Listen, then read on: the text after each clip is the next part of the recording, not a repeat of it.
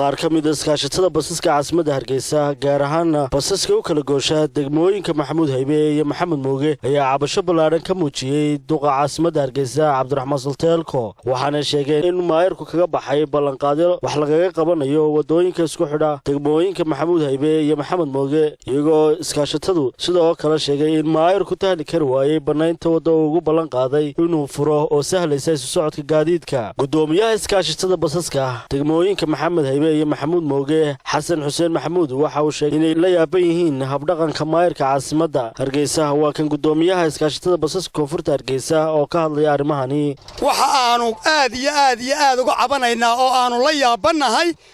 wadadii magaaladu wada qudhay lahayd wadadii waa la rogay dhinac qudhaha loo maraa la yiri labadii degme ugu ballaadna Maxamuud Haybe iyo Maxamed Mooge waxa la yiri halka mara bas booyad gaari waa kuwa imka adarkasan gawaadhida inay ka noqonayaan wata meesha cayn ka noqotay waxaanu leenahay mudane madaxweyne annagu cid kale horta la hadli mayno waxa aan ka hadlayaa halka dib u mari mayno dib uma soo marayno dadka iyaga iyo gaadiidka iyagu looma ooyaan noqon maayaan halka uma soo marayaan waanu u tagnay meel noo baneeya baanu ku nidhi kuwan dawladda hoose inta soo jeerbay been noo sheegeen waxay noqdeen golihii lagu hungoobay mudane madaxweyne wax madax meel ka sareeyo la salaaxa ma jirto adiga ilaahay qiyaamaha ku weydiinaya ummadda mas'uulkeedii baatay waxaan ka codsanay horta inaad awalan kala dirto golahan deegaanka imaka jooga inaad kala dirto sharciyada Soomaaliland totally lagaba saaro gola deegaan wax la yiraahdo saddex xubnood golaha muxuu sharci dejinta iyo madaxweynaha waxaan ka codsanaynaa in saddex xubnood maayir ku xigeen iyo xogeeya saddex xisbi laga soo doorto oo hadba kii gool la waraabo laga saaro 25 gool la waraabe oo ma taagelayno wata wadadii dadka dhaqaale kuma halin lacagtii waa laga ururiyay halkeenu marayna maxaa xigmada ku jirtay leeyahay wadada qudha gaadiidku maraya dhinaca loo wada jeediyo waxaanu idin sheegaynaa wasiirka arrimaha gudaha mudane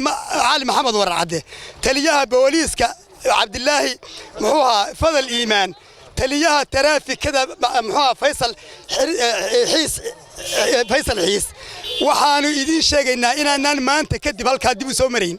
oo dadka iyagu looma ooyaan noqonayn oo gaadiidka iyagu looma ooyaan noqonayn wallahi hadii kuna ku kufriyayo kuna ku muslimaaya inaan dib u marayn oo aan soo marayna wadadii tooska ahayd baanu maraynaa sidoo kale iyaguna waxa arrintan ka hadlay qaar ka mid ah wadayaasha baabuurta wadadani mara waxaana sheegay inay dhibaatooyin badan kala kulmaan waxaana baaq u direen xildhibaanada golaha deegaanka caasimadda waxaana yiraahdeen gaadiidkii dawladda iyo ku shacabka waa kuwa meeshii mari waayay kuwii dadka lagu dhaaminayay iyo basaskii iyo bil walba marka waxa weeye waxa laga qabto wadanka oo wadan waxa laga qabto oo wadooyinka waxa laga qabto oo gaadiidka waxa loo qabto wadan ma noqonayso waa ka gawaadhida waa saddex taagan wadada ku sangeerle mooyaan gaari kale ma marayo waa wadada kaliya ee degmada Maxamed Mooge marta waa aragtaan siday tay waa xaafadda waa degmada saddex maalmood ay ku jireen golaha deegaanku imika 200 iyo intaas oo milyan oo dheeraad ay ka xareeyay 200 milyan iyo dheeraad bay saddex maalmood gudahood ka xareeyay guddida iskaashatada basaska degmooyinka Maxamuud Haybe iyo Maxamed Mooge koonfurta Hargeysa ayaa sheegay inay baafinayaan maayirka iyo xildhibaanada golaha deegaanka caasimadda waxaana madaxweyne Siinaay ugu baaqeen inuu hoos u eego cabashadooda waxaan baafinayaa maayirka iyo maayir ku xigeenka iyo goliha deegaanka ee la doortay ayaan baafinayaa iyo hatta kuwa maxay ahayd leeyahay hawlaha guud wadadii waa taa wadnii halbowlihii airportka ka soo dhaadacaysa wata sidaas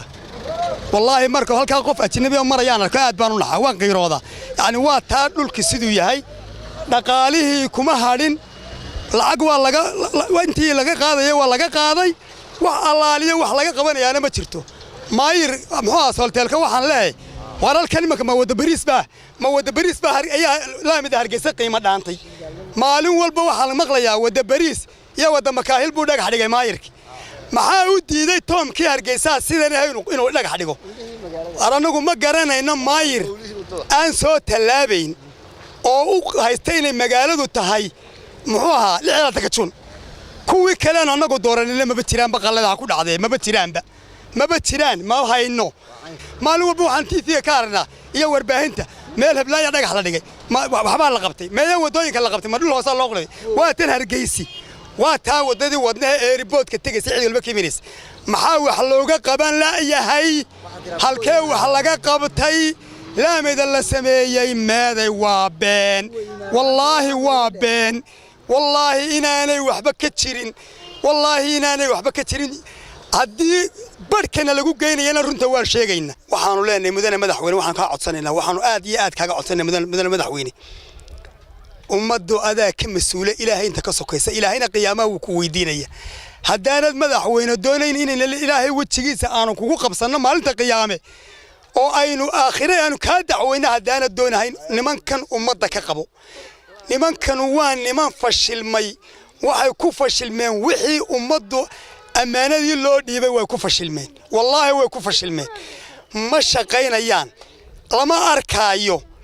maalintii xataa qaar baa garan waayo la soo hagaayey wallaahi qaar hebel iyo hebel u garanaya ayaa la soo hagaayay degmada maxamed magawaalkii markaa mudane madaxweyne waxaan kaa codsanaynaa in si degdeg wax looga qabto arrintan ummadii way dhimatay nimankan maalin walba way hadlayaan maalin walba waxay ka hadlayaan cashuurtoodii tii muxuu ahaa dawladda dhexe iyo tii dawladda hoose intaba waa la bixinayaa dawaa 3 maalmood gudahood bay 200 oo milyan iyo dheeraad ku qaateen 200 oo milyan iyo dheeraad bay degmada maxamed haybe oo maxamuud mooge qura ka qaateen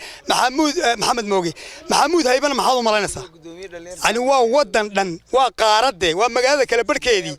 lama imanayo wada lagama eegayo maalin walbana waxay la soo taageen wadooyin baan sameeyay horumar baan u gaadhin maayarka caasimadda Hargeysa iyo xildhibaanada ayaa waqtigii ololaha doorashooyinka golaha deegaanka ee Hargeysa waxay ku beer la xawsan jireen inay wax ka qabanayaan bilicda caasimadda Hargeysa oo hooy u noqotay wada xumo ay indhaha ka qarsadeen xildhibaanadu waxaanay noqdeen halka mar oo muuqaal waa Maxamuud Cabdiraxmaan Maxamuud Fantastic telefishinka caalamiga Somali Cable Hargeysa.